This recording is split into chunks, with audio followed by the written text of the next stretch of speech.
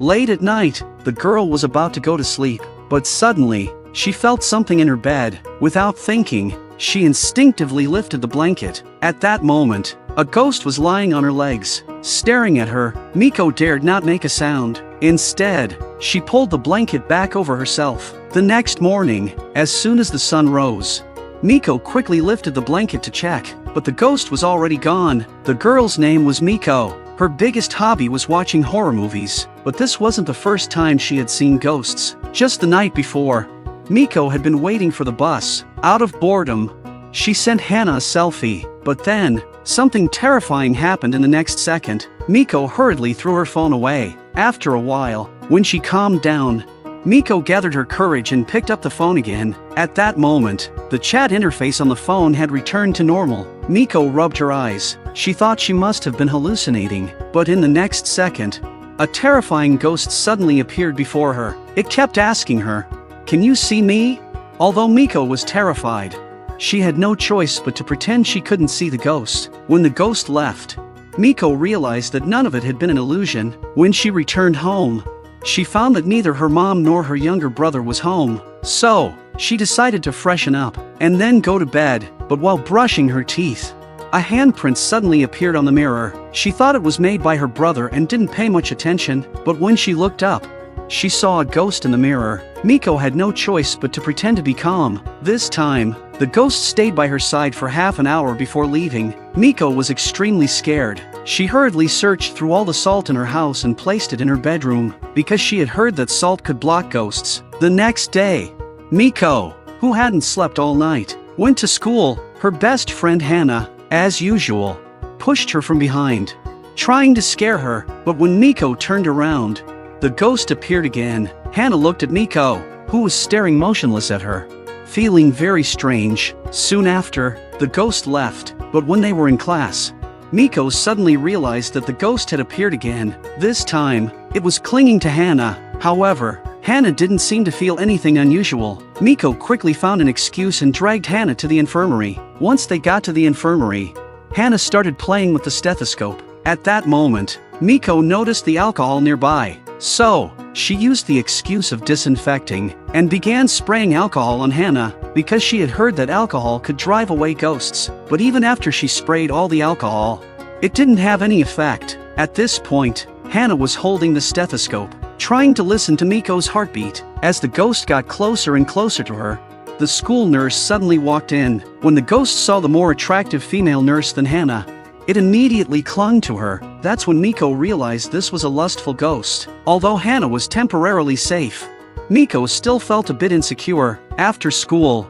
Miko went to a cafe. As soon as she sat down, she saw a female ghost confessing her love to a man, but the man couldn't see anything. The female ghost noticed Miko's gaze. She thought Miko liked the man. Then, she slowly walked toward Miko. Miko immediately opened her phone, found a wrestling match video, and kept praising the person in the video as handsome. The female ghost looked at the man she liked, then looked at the man in Miko's phone. It seemed she had misunderstood Miko. She then turned and left. At that moment, Hana finally arrived. Miko quickly stood up, ready to leave, but the man chased after her. He thought Miko had been staring at him earlier, and assumed she liked him. At that moment, the man's girlfriend arrived. She was followed by a group of admirers. It seemed that the two of them were quite a perfect match. When Miko got home, her younger brother Kayasuk noticed that his sister had been distracted lately, so he started following Miko. Meanwhile,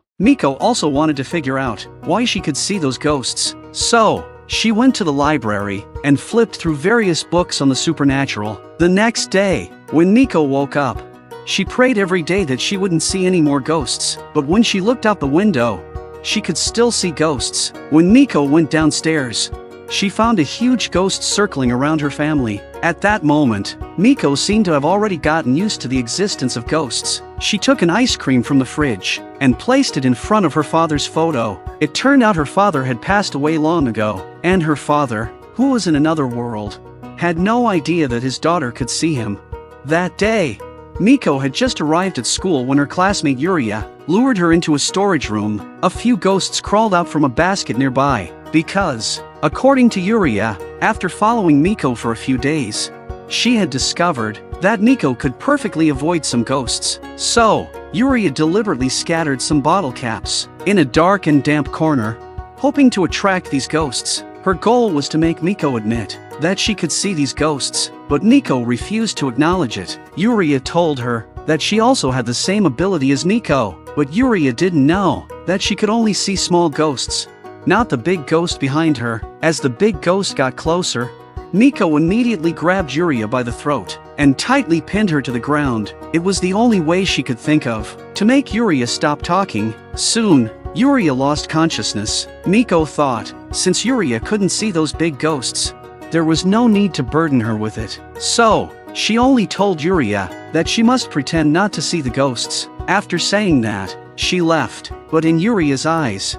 Miko was threatening her. That night, on her way home, Miko saw a ghost sitting on the stairs. So, she bravely walked forward. But at that moment, the ghost suddenly grabbed Miko. When Miko turned around, she realized it wasn't a ghost at all. It was just a lost old woman. Miko carried her on her back and took her home. At that moment, the old woman's daughter-in-law came running. She told Miko that ever since the old woman's husband passed away, she had become mentally confused. To thank Miko for her help, the woman went inside to get something to express her gratitude. But just then, a ghost suddenly appeared next to Miko. The ghost kept repeating the same set of numbers in her ear. Miko, frightened, was about to leave, but the old woman suddenly grabbed her. She seemed very interested in Miko's phone. Meanwhile, the ghost kept repeating 4 numbers. So, Miko typed the numbers the ghost was saying into her phone and showed it to the old woman. After looking at it,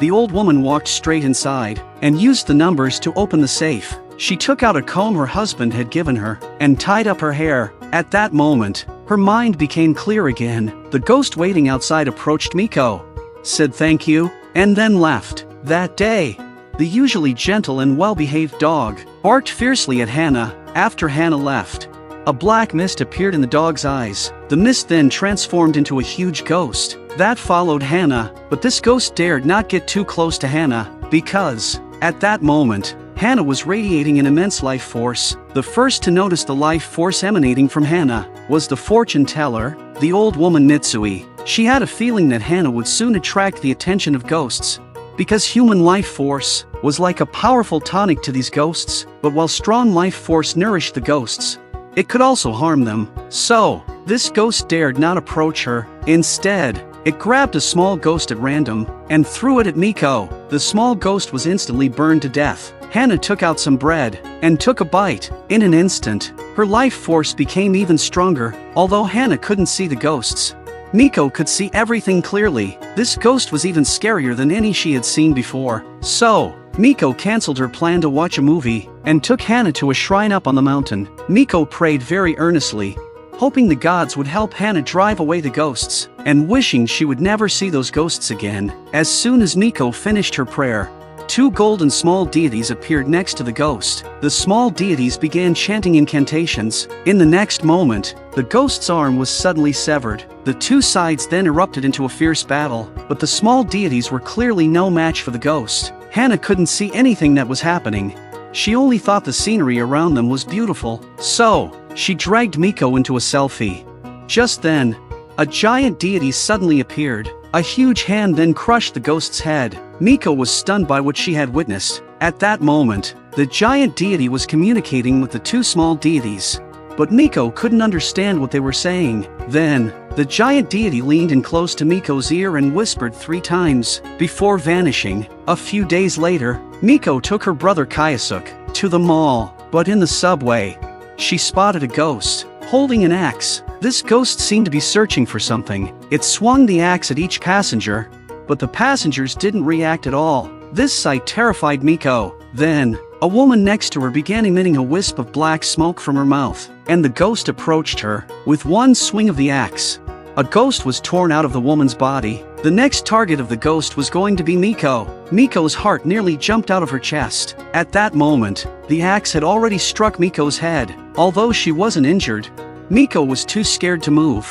When Kayasuk woke up, Miko quickly took him off the subway at the next stop. The next day, a new teacher named Zen arrived in the class, but Miko noticed that there were many ghosts surrounding this new teacher. With every step he took, a huge black handprint appeared on the windows. Seeing this, Miko was so scared that she hurriedly ran into the bathroom, but when she turned around, she saw a ghost crawling out of the toilet. Miko immediately turned and walked out, and went to the stall next door. When she opened the door, she found Yuria was eating something. The three of them then went to the playground. Miko recalled the terrifying ghosts surrounding the new teacher, and couldn't help but feel a sense of dread. But for the safety of her classmates, she decided to investigate Zen. Just then, a huge ghost suddenly appeared behind her, and warned Miko not to look at Zen. Then the ghost vanished. Meanwhile, Zen was looking at them through the window in the hallway. The next day, the female neighbor kindly brought food to Zen, and then complained to him that the crows had been unusually numerous lately,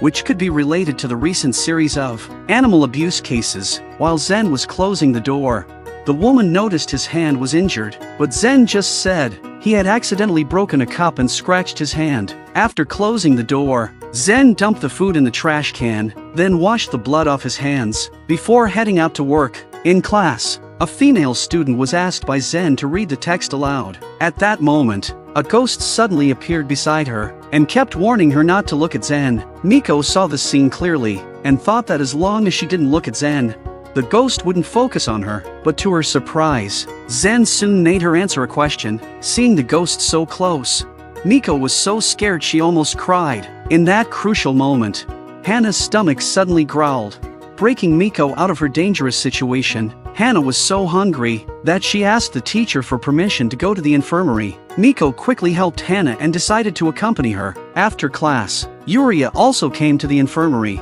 Then, she took out 3 candies and handed them to Hana. After Hana ate them, the golden light around her suddenly intensified. It turned out that Yuria could also see the strong life force emanating from Hana. After school, Miko and Hana went to a small park. Miko looked around and noticed that there were several ghosts surrounding everyone. Just then, a little boy suddenly waved at Miko. Miko enthusiastically waved back at the boy, but suddenly, the boy turned into a ghost. This ghost noticed that Miko could see him and excitedly lunged toward her. Suddenly, the sound of bells rang, and 2 small deities appeared. With the help of the 2 small deities, they quickly defeated the ghost. Then the small deities turned to Miko and said, "Second time." Then, they disappeared. Miko was stunned by everything that had just happened. She suddenly remembered what the giant deity had said to her at the shrine. The meaning of 3 times. This meant the deities would save her 3 times in total.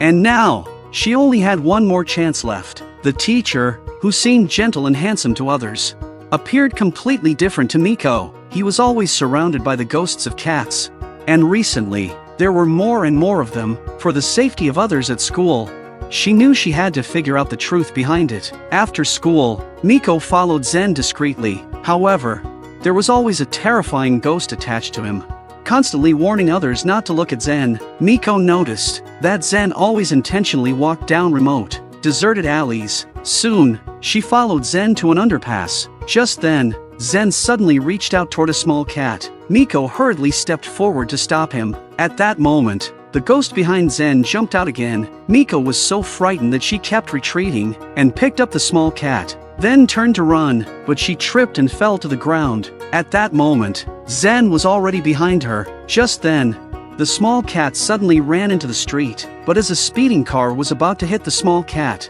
Zen rushed in to protect it, regardless of his own safety. In that instant, Zen remembered a childhood memory. The first time he saw a stray kitten, he kindly took it back to his home. Zen didn't dare tell his mom about the kitten, and decided to keep it a secret. But the next day, he found the kitten was gone. His mother told him that she had killed it. She told Zen that his eyes could only have her in them, not anything else. Back in the hospital, Zen woke up. The small cat was temporarily being cared for by Miko. Miko explained to Zen why she had been following him. She thought Zen was a cat abuser. At that moment, the ghost inside Zen reappeared and warned Miko to stay away. Just then, Zen's friend arrived. Through his friend, Miko learned that for all these years, the kittens Zen had adopted were all kept with his friend, because if his mom found out, she would kill the kittens. Zen's mother never allowed him to have friends or interact with others. It wasn't until his mother passed away that Zen could live like a normal person, but he still didn't have any friends. When Miko heard this, she suddenly understood. The ghost following Zen was actually his mother. So, she made up her mind to help Zen. Back in the hospital room, the ghost appeared again. Despite her fear, Miko gathered her courage and told the ghost to set Zen free. Hearing this, the ghost became enraged and tried to devour her. At that moment, the deity appeared again and knocked the ghost down. The injured ghost came limping to the hospital room, wanting to touch her son, but when Miko appeared behind her again, it enraged the ghost. Fortunately, the small deity acted in time and completely destroyed her. The small deity told Miko that this was the last time it would save her. Then it left. The ghosts that had been surrounding Zen disappeared, and in their place, many little cat spirits appeared around him. Zen's issue was finally resolved, but Miko could still see the ghosts. Miko decided to visit the shrine to thank the deity for saving her. The next day, Miko went to the shrine on the mountain alone, with the sound of bells ringing behind her.